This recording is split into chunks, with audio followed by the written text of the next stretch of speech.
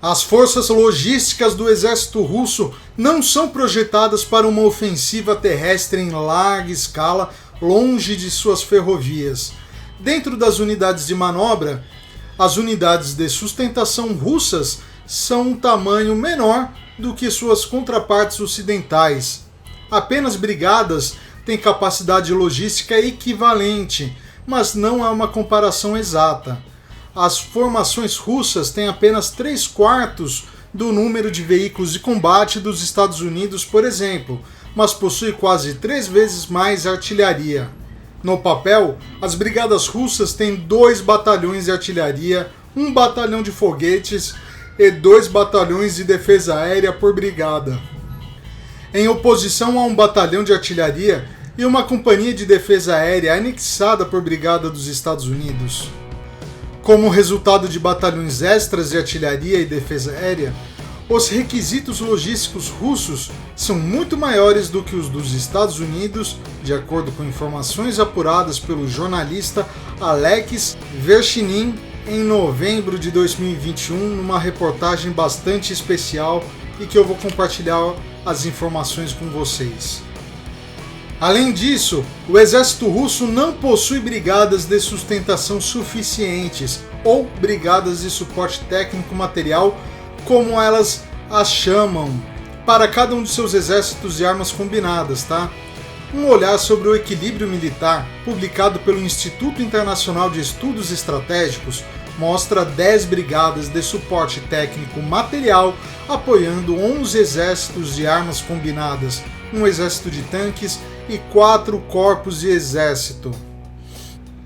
Os comandos ocidental e sul da Rússia têm 3 exércitos e 3 brigadas de suporte técnico material para apoiá-los. Em operações defensivas, uma brigada russa pode puxar diretamente do terminal ferroviário. Um trunfo que os russos têm são suas 10 brigadas ferroviárias que não têm equivalentes ocidentais.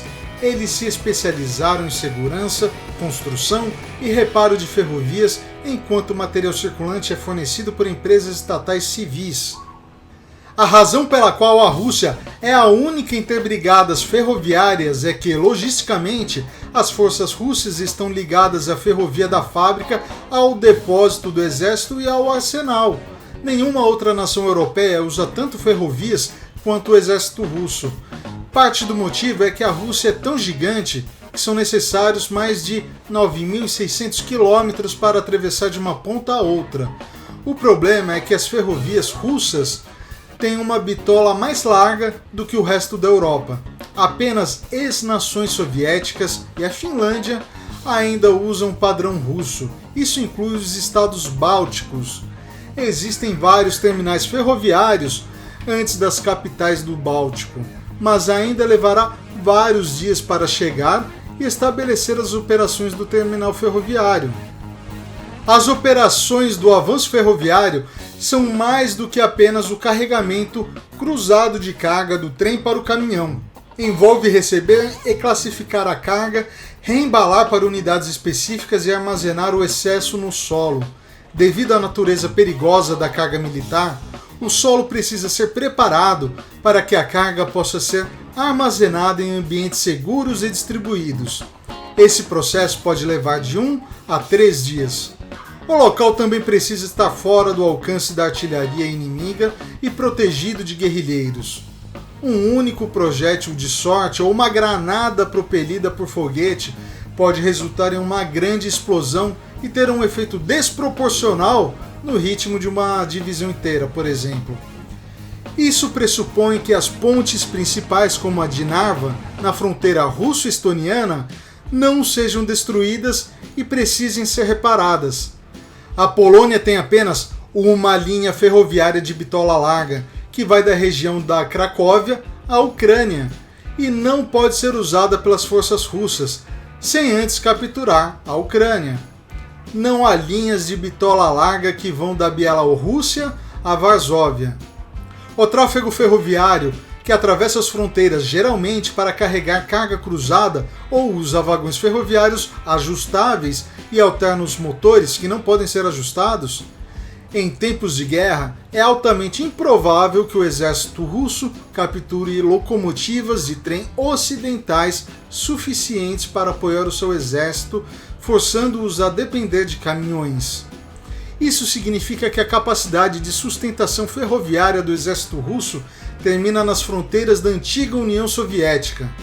Tentar reabastecer o exército russo além da rede ferroviária de bitola russa os forçaria a confiar principalmente em sua força de caminhões até que as tropas ferroviárias pudessem reconfigurar, reparar a ferrovia ou construir uma nova.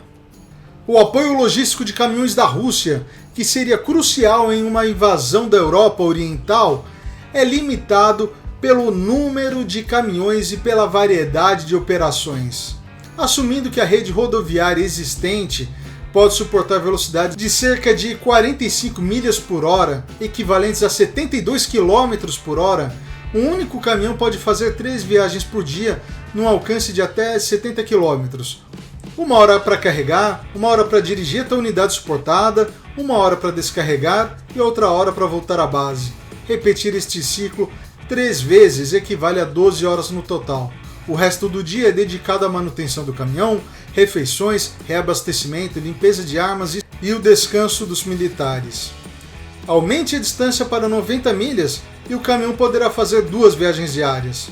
A 180 milhas, o mesmo caminhão está reduzido a uma viagem por dia.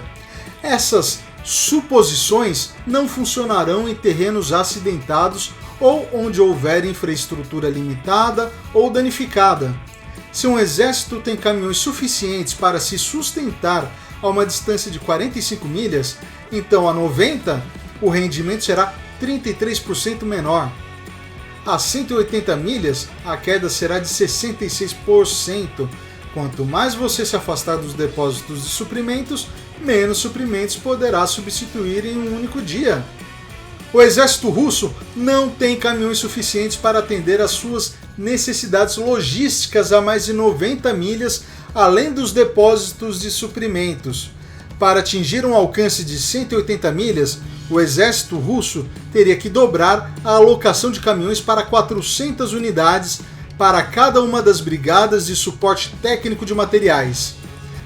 Para se familiarizar com os requisitos logísticos russos e os recursos de transporte, um ponto de partida útil é o exército russo de armas combinadas.